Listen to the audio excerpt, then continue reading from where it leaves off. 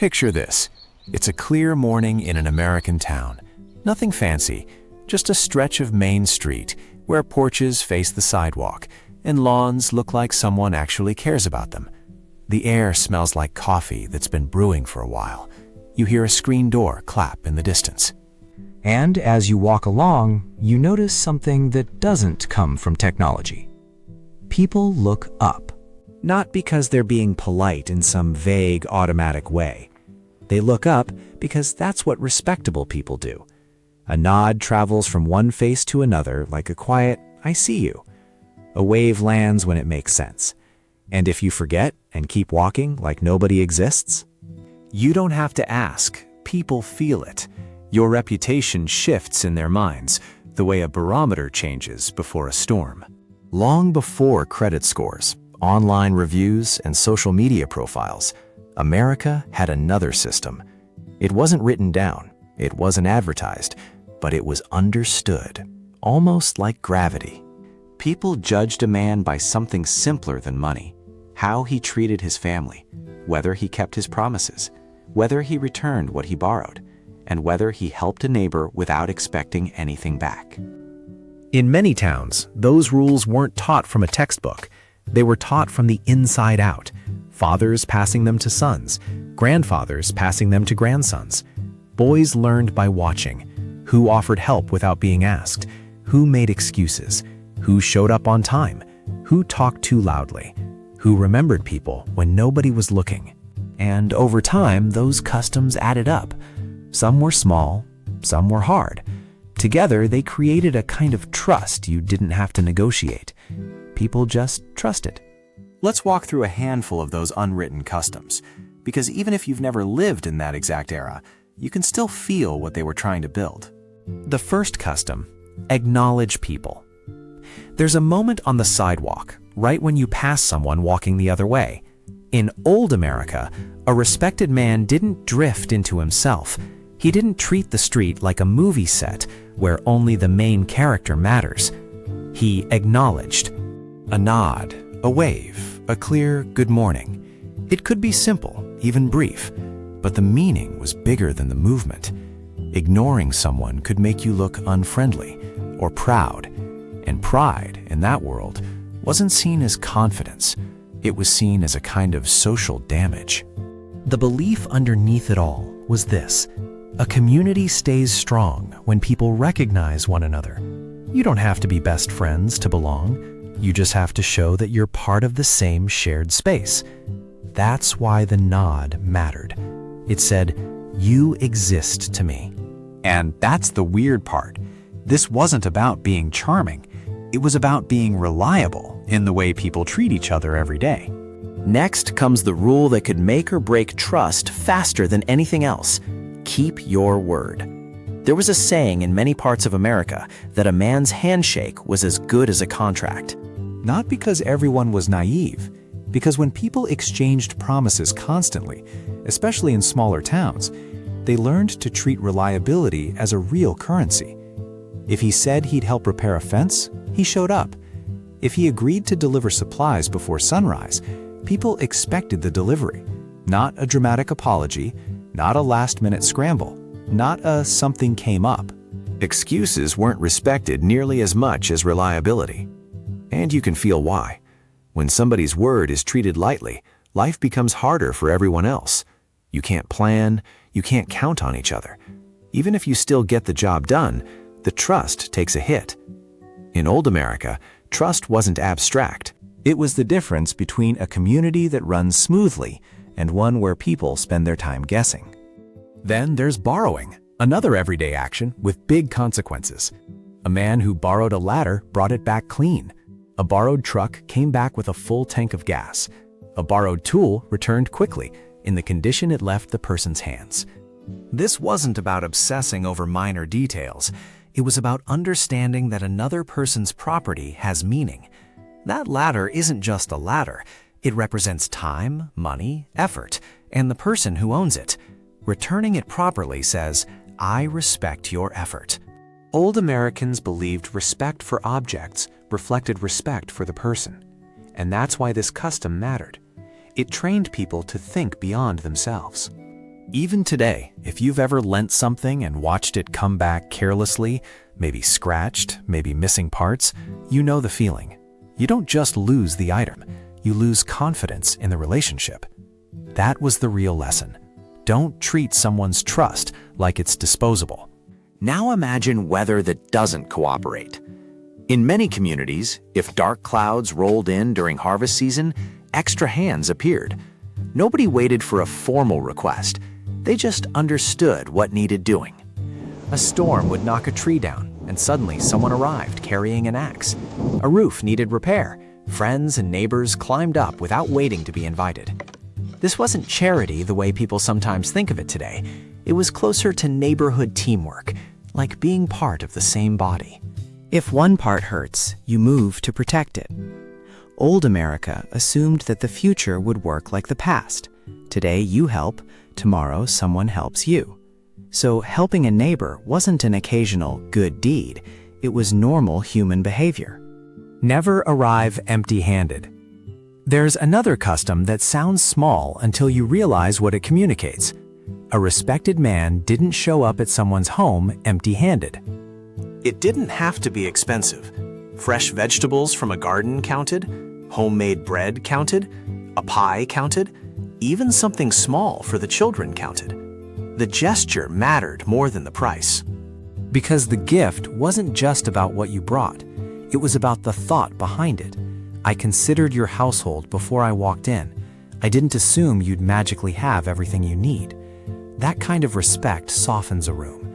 It makes people feel seen. Teach manners by example. Stand up, look them in the eye, shake hands firmly. Children watched these customs closely because one day the child becomes the adult. Fathers often insisted their sons stand when greeting adults. A proper handshake mattered. Eye contact mattered. Speaking clearly and respectfully mattered. Notice what's happening here. Manners weren't treated like performance art. They were treated like proof of character. If you could handle basic respect, standing, greeting, speaking, then people felt safer believing you could handle bigger responsibilities too. And those details weren't random.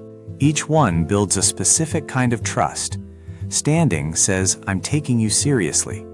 Eye contact says, I'm not pretending. A handshake says, I'm real and you're real. Even without fancy words, that's how a community forms strong bonds. Respect older people with real help. One custom that can easily disappear is how people treat the elderly. Old America didn't just say, respect your elders, it acted it out. A respected man carried heavy packages for an elderly neighbor. He offered a seat. He shoveled snow from their walkway after a storm. And crucially, these acts often went unpraised, not because people were cold, but because they were expected. When respect is expected, it stops being a dramatic event and becomes normal behavior. If you think about it, that's a huge difference. Praise makes people do it for recognition. Expectation makes people do it because it's right. Good manners in public, especially when you're annoyed. Another custom was controlling temper in public. Old America valued a man who avoided loud arguments, someone who didn't turn every disagreement into a battle, someone who treated store clerks, waitresses, and laborers with the same respect he offered everyone else. This matters because public behavior is where your values show up when you're stressed. If you can be calm with strangers, if you can speak respectfully even when you're frustrated, people read that as character. They assume you're going to be steady in other areas too. Modern life sometimes rewards being loud. Old America often rewarded being controlled. There was also an unwritten rule about gossip. A man's private troubles stayed private. Respectable people didn't spread stories about a neighbor's hardships. Communities worked better when people protected one another's dignity. This wasn't about denying reality. It was about choosing where that reality lived. When you share other people's pain publicly, you don't help them, you expose them. Old America understood that reputation is fragile. Once you tear it, you don't just fix it with time. So people learned boundaries. They learned that not every story belongs outside the walls of someone's life. Hard work earned respect. Whether someone owned a business, worked a farm, drove a truck, or repaired machinery, honest effort carried pride. In those communities, occupation mattered less than the effort behind it. A person wasn't judged by title. They were judged by how they worked and whether they took their responsibilities seriously. That gave working people dignity. It said, your effort is real and your contribution counts. And when people feel that, they tend to treat each other better because they're not constantly looking down on each other for status. Hospitality was another important custom. Unexpected visitors were common. Coffee was often ready. An extra chair was easy to find. People believed a warm welcome could turn acquaintances into lifelong friends. This wasn't about hosting as a performance. It was about understanding that life changes all the time. Someone shows up unexpectedly when they're in need or when they're happy, and the community should know how to respond with warmth, not coldness. Even if you don't have a big house, you can still practice hospitality by making someone feel comfortable. That's what old America tried to protect, the idea that people don't have to earn basic kindness. Gratitude mattered. Thank you letters were common. Favors were remembered. Kindness was repaid whenever possible. The goal wasn't to keep score for ego. It was to avoid becoming the kind of person others feel used by.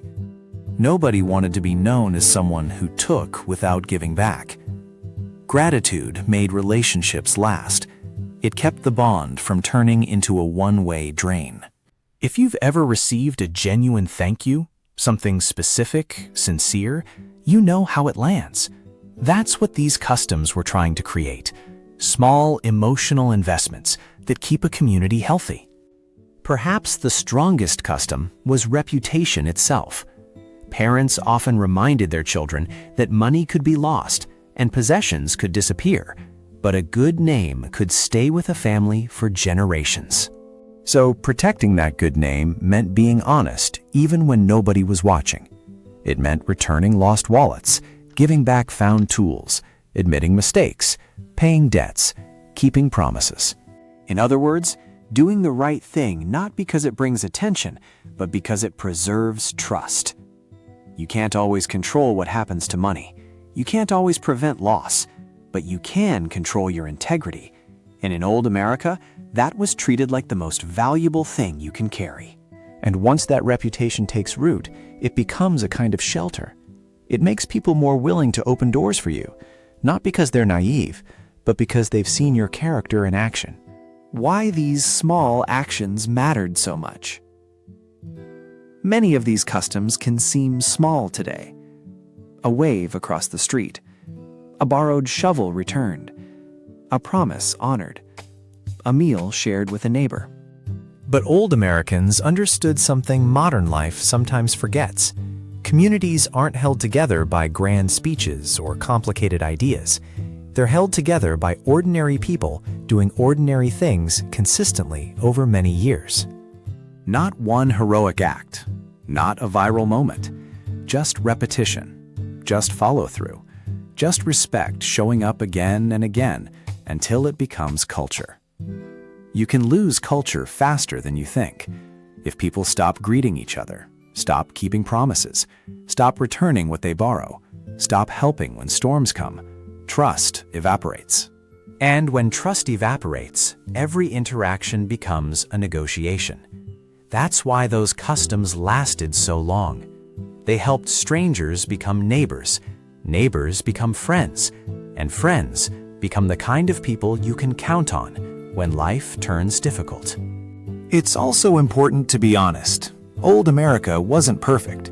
People struggled, families faced hardship, communities disagreed.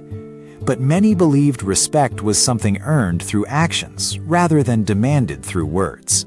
Respect wasn't a badge you wore. It was a pattern you built, one decision at a time. And that's where the lesson lands for you, right now, whether you grew up in a small town or not. Because you might not control the era, but you can control your behavior in the little spaces where trust is made.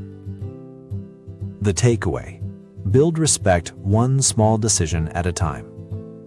If there's one thing those forgotten customs leave behind, it's this: respect was once built one small decision at a time.